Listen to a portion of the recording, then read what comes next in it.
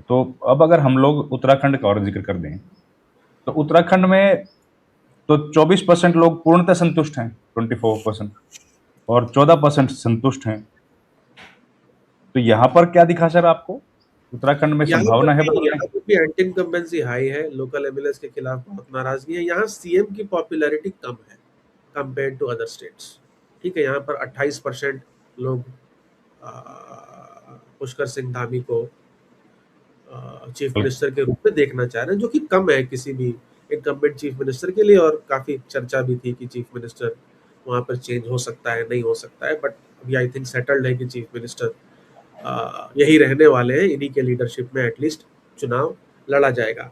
वहां पर anti incumbency है, लेकिन विपक्ष जितनी मजबूती से आपको उत्तर प्रदेश में दिख रहा है, उतनी वो नहीं। मजबूती से कांग्रेस वहां पर नहीं दिख रही, क्योंकि लीडरशिप का इशू है। गणेश गोडियाल जरूर स्टेट यूनिट के हेड है, लेकिन गणेश गोडियाल और हरीश रावत, या हरीश रावत अपने अपने बच्चों को कहीं ना कहीं सेटल करना चाह रहे हैं पॉलिटिक्स में, तो लीडरशिप की क्लैरिटी वहां पर नहीं है। और जो युवाओं में डिसकंटेंट है वहां पर भी है, लेकिन जो युवाओं का डिसकंटेंट है उसका 12-15% सपोर्ट उत्तराखंड क्रांति दल लेके जा रहा है, क्योंकि उत्तराखंड क्रांति दल गढ़वाल क्षेत्र में ज्यादा पॉपुलर है। वो उसके पास कुछ यंग लीडर्स हैं जो कि अच्छा खासा युवाओं के इश्यूज को लेकर के पूरे राज्य भर में उसको रेज कर रहे हैं। तो युवाओं का जो डिसकंटेंट है वो डिस्ट्रीब्यूट हो जा रहा है उत्तराखंड क्रांति दल और कांग्रेस में। हो सकता है क्योंकि ये 6-7 महीने पहले की बात कर रहे हैं हम लोग,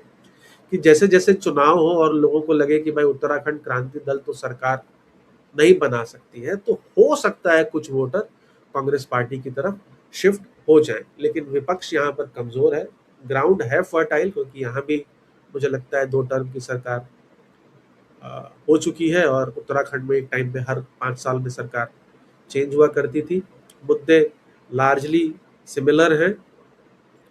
यहाँ पर जो डायनामिक्स होती है वो होती है गढ़वाल वर्सेस कुमाऊं, एक डायनामिक्स है, और एक है राजपूत वर्सेस ब्राह्मण, एक डायनामिक्स है, क्योंकि सीएम राजपूत है और गणेश गोडियाल जो है वो कांग्रेस के ब्राह्मण समाज से आते हैं, लेकिन टॉप लीडर्स लार्जली, और सीएम जो है वो अभी कुमायूं क्षेत्र से आते हैं, बट लेकिन हिस्टोरिकली गढ़वाल से सीएम ज्यादा रहे, और गढ़वाल एक बड़ा क्षेत्र है। तो ये local dynamics over the years Uttarakhand में पोलराइजेशन भी बढ़ा है।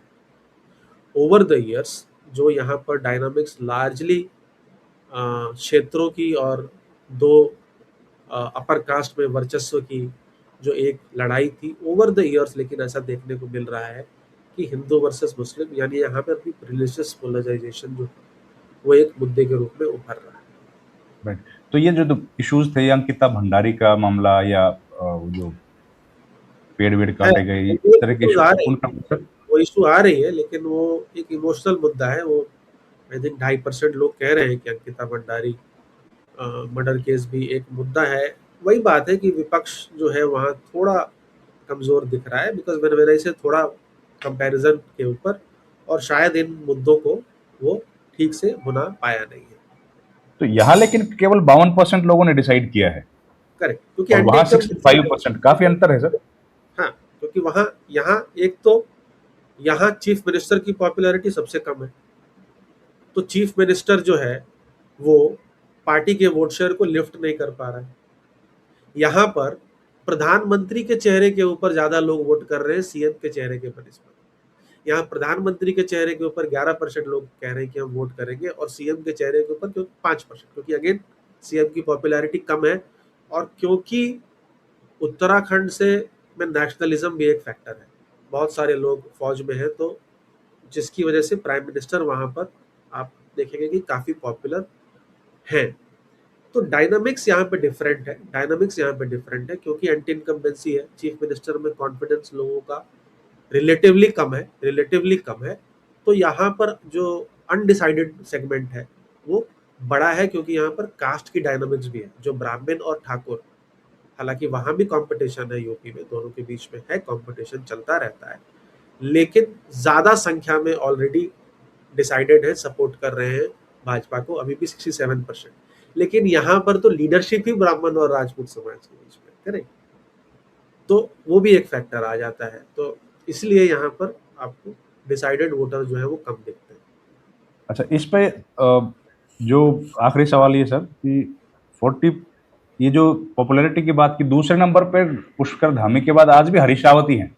हाँ, क्योंकि वही बात है ना कि लेगेसी लीडरशिप है, और गणेश गोडियाल भी अपने आप को अनडिस्प्यूटेड लीडर कांग्रेस का एस्टैब्लिश नहीं कर पाए। प्लस ठाकुर वर्सेस ब्राह्मण जो एक डायनामिक्स है, वो भी गणेश गोडियाल के खिलाफ काम करता है कांग्रेस पार्टी में। तो वहां पर भी एक ठाकुर लीडर के रूप में जो है वो अभी भी लेगेसी के हिसाब से हरीश रावत देखे जा रहे हैं। और गणेश गोंडियाल 16% पे। मुझे लगता है एक तो सबसे बड़ा कारण ये भी होगा कि उन्होंने कोई पद लिया नहीं अभी तक। हाँ, नहीं वो स्टेट प्रेसिडेंट नहीं, शायद एलओपी है, वो नहीं एलओपी या नहीं, स्टेट प्रेसिडेंट है। मतलब मंत्री सीएम वगैरह नहीं रहे, क्योंकि ये दोनों तो मुख्यमंत्री रह गए। करेक्ट। तो top of the mind recall भी ज्यादा होता है, तो आपको ऐड करके देखना होता है। तो आप दोनों को ऐड भी कर ले तो 39 है, और अगर आप बीजेपी के तीनों लीडर्स को ऐड कर ले तो आई थिंक 43-44 होता है, 44-45 होता है। तो वही 4-5% का फर्क है जो वोट शेयर में भी फर्क दिख रहा है। अगर दिख रहा है। उत्तराखंड क्रांति दल का सपोर्ट घटता है, क्योंकि आप और बसपा का सपोर्ट इस चुनाव में घटता हुआ दिख रहा है, तो अगर उत्तराखंड। कांग्रेस कंसोलिडेट कर लेती है एंटी इनकम्बेंसी वोट को, और जो वोट छिटक रहा है उत्तराखंड क्रांति दल के फेवर में, उसको अपने पाले में खींच लेती है, लीडरशिप क्लियर कर देती है, क्योंकि इनके पास ब्राह्मण सीएम है, और बीजेपी के पास मतलब ब्राह्मण सीएम चेहरा हो सकता है, और बीजेपी के पास ठाकुर सीएम है। तो 13% से 15% ब्राह्मण वोट जो है उसको भी लुभाने में कामयाब हो सकती है, क्योंकि अभी वो भी वोटर जो है वो कंफ्यूजन में है कि भाई कांग्रेस पार्टी की तरफ से कौन सीएम का चेहरा है।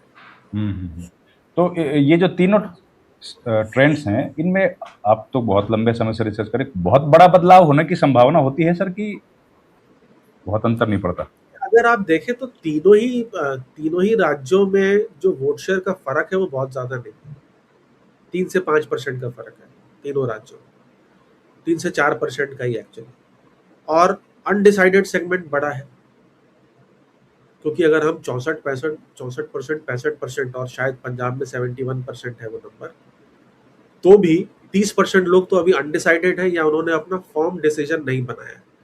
तो अभी तो गेम ऑन है, आप कह सकते हैं, तीनों राज्य में। और वो अगले 6-7 महीने का कैंपेन और नैरेटिव, विपक्ष कैसे अपने पत्ते खोलता है, सरकार कैसे नई योजनाएं घोषित करती है, कैसे न्यूट्रलाइज करती है एंटी इनकम्बेंसी को, ये सारे फैक्टर्स जो है वो डिसाइड करेंगे कि कौन चुनाव जीते। तो आप हर महीने एक ट्रैकर हमारे लिए लेके आएंगे? जी, ऑलमोस्ट हर महीने करेंगे हम लोग। बहुत बढ़िया सर, बहुत बहुत धन्यवाद, आपने वक्त दिया sir. Amitabh ji, thank you very much. और बहुत इंपॉर्टेंट ये सारे इश्यूज आपने रेज किए हैं, उम्मीद है हमारे दर्शकों को पसंद आएगा। बहुत बहुत धन्यवाद, thank you very much. Thank you sir. Thank you, नमस्कार।